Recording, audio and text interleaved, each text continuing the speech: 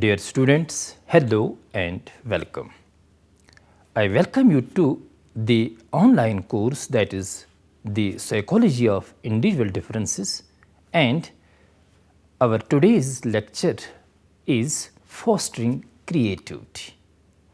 The objectives include to understand the nature of creativity, to be familiar with the types of creativity, to know the components of creativity, to understand the significance of creativity, and to know how to nurture or foster creativity. Dear students, creativity refers to the generation of a new product that is both novel and appropriate in a particular scenario. The product may be an idea, an artwork, or an invention. Creativity involves the ability to discover new and original ideas, connections, and solutions to the problems. Creativity can occur in almost in any field, including art, music, mathematics, engineering, science, business, and education, etc. Now, students, let us understand different types of creativity. Arne Dietrich, the professor of psychology, in 2004 categorized creativity into 4 types with corresponding brain activities. First, it is deliberate and cognitive creativity. Deliberate and cognitive creativity is that type of creativity which comes from a nurtured knowledge in a discipline or profession. When somebody is deliberately and cognitively creative, he puts together existing knowledge and information to create new ones. Besides having a high degree of knowledge and information, it also requires time to connect this existing knowledge. This type of creativity, according to Dietrich, is located in the brain's prefrontal cortex, which is at the front part of the brain behind one's forehead. People who possess deliberate and cognitive characteristics possess a great amount of knowledge about a particular subject and combine their skills and capabilities to prepare a course of action to achieve something. This type of creativity takes place when people work for a very long time in a particular area. As a matter of fact, people who fall under this type of category of creativity are usually proficient at research, problem solving, investigation, and experimentation, etc. Thomas Alva Edison belongs to this type of creative category, who conducted experiment after experiment before inventing electricity, the light bulb, and telecommunication. Hence, for deliberate and cognitive creativity, a great deal of time, dedication, and abundance of knowledge about a particular subject is required. Now, the next type, that is deliberate and emotional creativity. For this type of creativity, one doesn't need to have a pre-existing type of knowledge about a subject topic. Rather, his or her feelings and emotions determine this creativity. As a matter of fact, feelings and emotions ignite this kind of creativity. The emotions of love, hate, happiness, sorrow, etc. can spark such creativity. Sometimes we hear songs written out of excitement or sadness. Excitement may help people build their morale, while sorrow may reduce it. This type of creativity takes place in the amygdala and cingulate cortex parts of the human brain. Here, amygdala is responsible for human emotions, whereas cingulate cortex helps us in learning and information processing. People with deliberate and emotional creativity let their work influenced by their state of emotions. These people are very emotional and sensitive in nature. They prefer relatively quiet and personal time to reflect, and they usually have a habit of diary writing. However, these people are equally logical and rational in decision making. In fact, their creativity is always a balanced product of deliberate emotional thinking and logical actions. This type of creativity happens to people at random moments. These are the moments when someone suddenly thinks of a solution to some problem or think of some innovative idea. Students, now there is the third type, that is spontaneous and cognitive creativity. Spontaneous and cognitive creativity requires the unconscious state of the brain. When spontaneous and cognitive creativity is taking place, the conscious brain stops working to give room for the unconscious part of the brain to work on the problem. This form of creativity needs a kind of existing knowledge and then occurs in the basal ganglia of the brain, which operates outside one's conscious awareness. It can only happen when a person stops working on the current problem consciously and engages in doing some other irrelevant things. Solution comes when the unconscious mental state works on the existing problem. The unconscious mental state comes up with a new way or approach to solve the problem. Isaac Newton formulated the gravity theory while watching an apple fall. He got the idea about the law of gravity when an apple hit his head while he was sitting and relaxing under a tree. This was the Eureka moment for Newton and an excellent example of a spontaneous and cognitive creativity. This type of creativity happens when one has the existing knowledge about the problem, but he requires inspiration to walk towards the right path. So, spontaneous and cognitive creativity takes place when the conscious mind stops working and go to relax and unconscious mind gets a chance to work.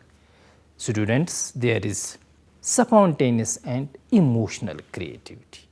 This type of creativity comes from the amygdala of the brain where emotions are processed. Amygdala part of the brain is responsible for all emotional type of thinking in the human brain. As a matter of fact, spontaneous ideas and creativity happen when conscious and prefrontal brain is resting. This type of creativity is mostly found in great artists including musicians, painters and writers, etc. In fact, this type of creativity can't be obtained by working on it. Spontaneous and emotional creativity, as a matter of fact, doesn't require any form of existing knowledge. The persons with spontaneous and emotional creativity often deal with skills such as writing, art, musical and so on. This type of creativity is related to epiphany, which refers to a sudden realization of something. Spontaneous and emotional creativity is responsible for a scientific breakthrough, religious and philosophical discoveries, etc. It allows the enlightened person to look at a problem or situation with a different and deeper viewpoint. It refers to the big C creativity, that is, the rare ideas of extraordinary people like Leonardo da Vinci's Mona Lisa, or Einstein's paradigm shifting theories of theoretical physics. Students, now let's understand the two critical components of creativity. Creativity is creating new and different things with unique values and utility. There are two components of creativity. First, it is the originality. Originality is a major component of creativity which refers to the newness and uniqueness of an idea. The idea or creation must be new and unique. As a matter of fact, it must not be an expansion or a modified version of a pre-existing thing. However, a person can take inspiration from the already existing methods and ideas to fabricate something new and unique. The next component is the functionality. The second important component of creativity refers to functionality. It means that a creative idea must produce positive results. If an idea is not functional, it means that it is not of any use. Hence, a creative idea must work and produce results. Now, let us see the significance of creativity for children. Students, there is no doubt that creativity has been valued throughout human history. It is well said that a society that has lost touch with its creative side is an imprisoned society. Generations of people may be closed minded if excluded from creative endeavors. Needless to say that it is an important factor in the overall advancement of society. Researchers assert that a creative life brings happiness and well-being. Creativity refers to an ability used to generate and communicate original ideas of value. Creativity nurtures human development and helps us to have an aesthetic appreciation of the world. In fact, creativity opens the mind and broadens our perspectives. It fosters imagination and innovation. Young people express themselves creatively through the medium of writing, poetry, acting, photography, play and art, etc. To nurture creativity of children, it is important to reinforce the thought processes and attitudes of mind associated with creativity. Educators should transform the traditional classroom and reimagine creativity through interdisciplinary project-based learning. In order to promote this transformation, educators should provide opportunities to encourage the development of our students' 21st century skills such as creativity, critical thinking, communication, collaboration, technology literacy, digital citizenship and flexibility. The focus of creativity is exploration and discovery. It refers to the ability to generate and communicate original ideas and appreciate the nature of beauty. Children's imagination blossom when we notice and praise them for thinking outside the box and taking risks. When designing learning experiences, teachers need to plan and frame curriculum in such a way that it enables students to be creative. Teaching and learning for a new age requires interactive and creative education based on individual needs and abilities. In fact, new approaches are needed to find a way to promote students' motivation, self-esteem and the other related skills. There is a need for greater emphasis on individuality. The emphasis is on the full development of all the individual potentialities such as original thinking and reasoning, creativity, innovative and entrepreneurial capabilities.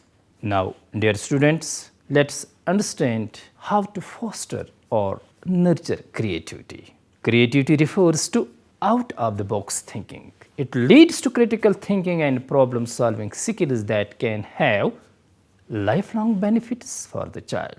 As a matter of fact, children are natural creators, including artists, storytellers, inventors, actors, and engineers.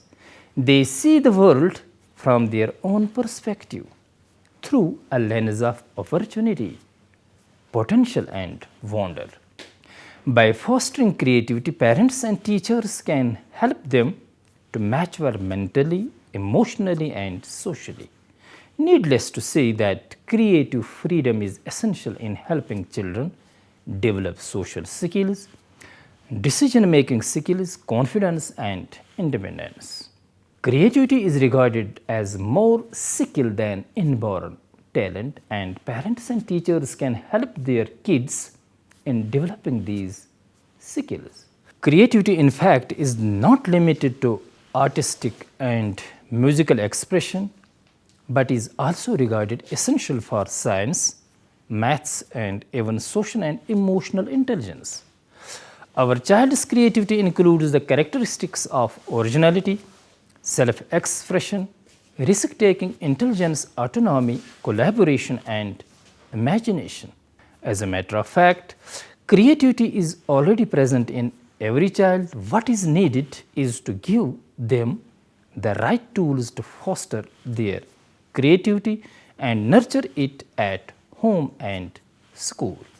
Students, here are some valuable suggestions that will encourage self expression, self reliance, and spontaneity among the children and help their creativity and imagination flourish. First, encouraging the child to dream, imagine, and fantasize. Albert Einstein, the Nobel Prize winner, beautifully remarked, "Imagination is more important than knowledge." Imagination provides the base for child's creativity and outside the box thinking. Children learn about the world while being involved in imaginative and creative play. It is during imaginative play that children manipulate materials, express themselves verbally and non-verbally, plan intentionally or unintentionally, act, interact, react, and try different roles. In fact, richer opportunities for learning are possible when children participate in creative play with dolls, vehicles, blocks, rocks, cardboard, boxes, art materials, etc. There is no denying the fact that imagining, trying new ways of doing things, and experimenting help develop critical thinking in children and foster creative problem solving. Imagination also boosts children's confidence and builds social emotional development when they are engaged in interactions with others. Students, children should be encouraged for dreaming, imagination, and fantasy. It is through this dream, imagination, or fantasy that the creative need of children get expressed. It was a dream of running with highest speed that finally helped George to invent engine. The imagination of flying in the sky inspired Wright brothers to invent airplane. In fact, it is only because of their imagination and dream that we are now at jet age. Parents and teachers need to support children to develop their creative potential and find opportunities for artistic expression. Parents and educational actors can help create an environment for their children that fuels creative thinking. Now, encourage art activities. Art is regarded as one of the better modes of creative expression that nurtures imagination. Art is a way for children to work through their emotions. It is through painting, sculpture, clay, drawing, or any other medium that children express their unusual ideas. Art activities build confidence among children because children gain a sense of mastery over materials, resulting in a new creation. These activities develop fine motor skills and hand-eye coordination. Creative activities by allowing them to explore their interests like rehearsing a play, learning to draw, paint and sketch, etc. Enhance their enthusiasm by enrolling them in art, music, theatre classes, etc. Hence, involving children in art projects is regarded as a rich medium to nurture creativity. Students develop the relevant attitudes or habits of mind. There is a dire need to nurture the attitudes of mind that are responsible for generating creativity. There are 5 core attitudes of creative people that need to be nurtured among children. These core attitudes include self-discipline, openness to experience, risk-taking, tolerance for ambiguity, and group trust. Students, we need to celebrate ideas and brainstorming for nurturing creativity among children. Being creative means to come up with a new or original ideas, or it refers to putting things together in a way that hasn't been done before. In addition to expressing creativity in arts, children can be creative with math, science, computer, coding, and every other endeavors. Teachers and parents can encourage that kind of creative thinking by sharing and building on ideas with children in different aspects of their life. We can have brainstorming sessions and encourage everyone's participation in these sessions. Children can be helped in sharing ideas and overcoming inhibitions. Divergent thought refers to the thought process used to generate creative ideas by exploring many possible solutions. It involves finding more than one solution or alternate possibilities to any problem or challenge. As a matter of fact, we can use divergent thinking in any area of life. It can be a mathematical problem, solving a puzzle, or the decision to move to a different job. They must be given the freedom to disagree with us on different issues and opinions. In this way, we can encourage them to find more than one solution to a single problem. Freedom and autonomy. There is no denying the fact that external constraints reduce flexibility in thinking.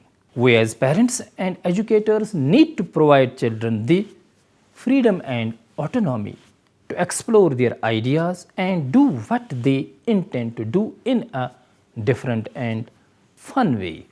It is to encourage intuition and spontaneity. In fact, creativity grows when children are encouraged to rely on their own intuition and spontaneity. Encourage the child to act on his creative thoughts and actions spontaneously. Encourage the child in every respect to express himself. This can be done by involving him or her in the activities of arts, storytelling, and imaginative plays. The important thing is to encourage and support the child when he or she shows interest in something that expresses his own thoughts, feelings, or personality. The next thing that we can do is to inspire self-reliance. The foremost job of a teacher is to teach children to rely on themselves and to be confident about their own unusual ideas. They don't allow others to influence their decision making. We have to encourage children to stand firm for what they think, feel, and believe. As a matter of fact, building confidence is not only important for instilling and sparking creativity in children, rather, it is important for all aspects of their life. We should give proper recognition to the child's talents and interests and encourage him or her in whatever different he or she does. It refers to providing the child with unlimited support. Then there is next, it is to provide free time and space. We need to give children time and space so that they may freely explore their imaginations. In fact, creativity needs room to breathe, creative atmosphere that empowers children to think outside the box and generate different and unusual ideas. The main objective of providing creative activities is to help children in generating new, original, and unusual ideas. The essential need is to the first and key component of creative resources is time. We have to provide precious time for play and imagination.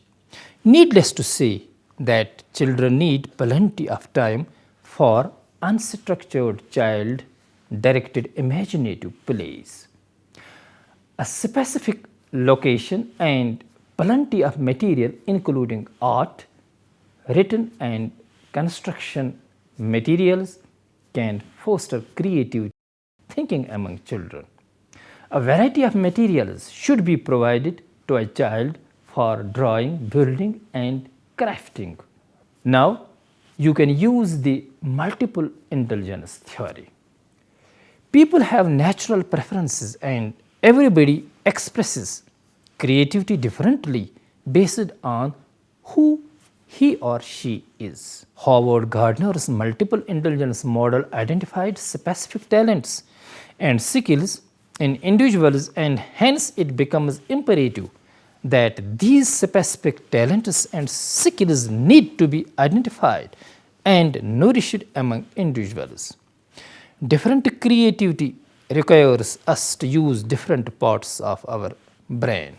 We need to find out what kind of learners children are: kinesthetic, logical, mathematical, intrapersonal, musical, or interpersonal. Tap into your students' strengths by using the multiple intelligence theory. A student with more musical preferences than others would naturally be more creative in that very field. Similarly, someone who is more logical, mathematical will have a more creative approach to numbers, systems, and processes than someone who is more on the linguistic side. When students are able to identify their strengths, they can use these talents creatively. So, by using the multiple intelligence theory, it can help foster the creativity of our children. The other thing that we can do is to make time for informal class opportunity for the students. Memorize each student's name. Meanwhile, ensure every student knows everyone's. Offer safe environment that permits risk taking, arouse willingness in the students to try new ideas, accept the mistakes made by students while trying new things, talk to other teachers and discuss what worked and what not. Then it is active learning. Active learning, as a matter of fact, can only be encouraged when students enjoy the learning environment.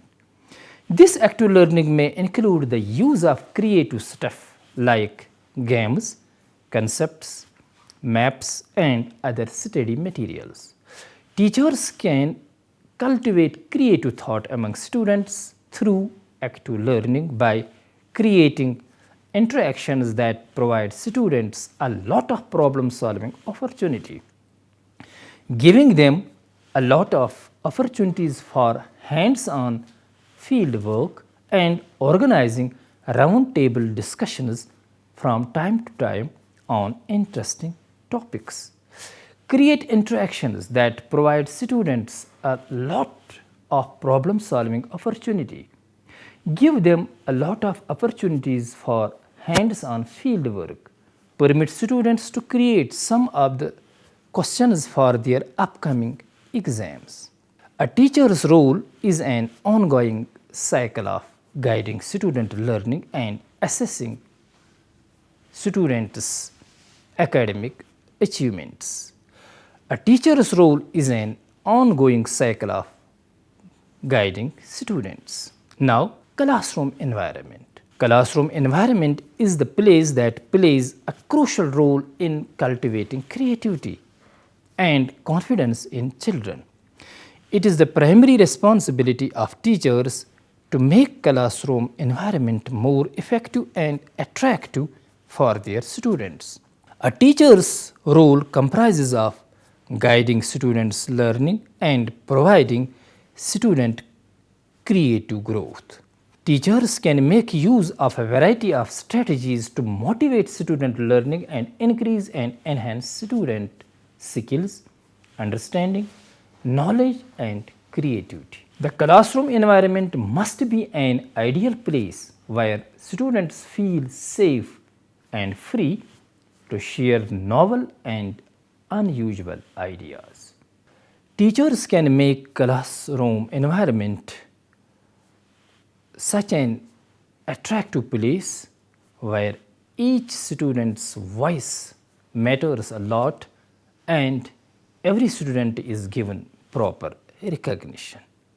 Students, to conclude, we may say that fostering creativity in children requires an encouraging environment.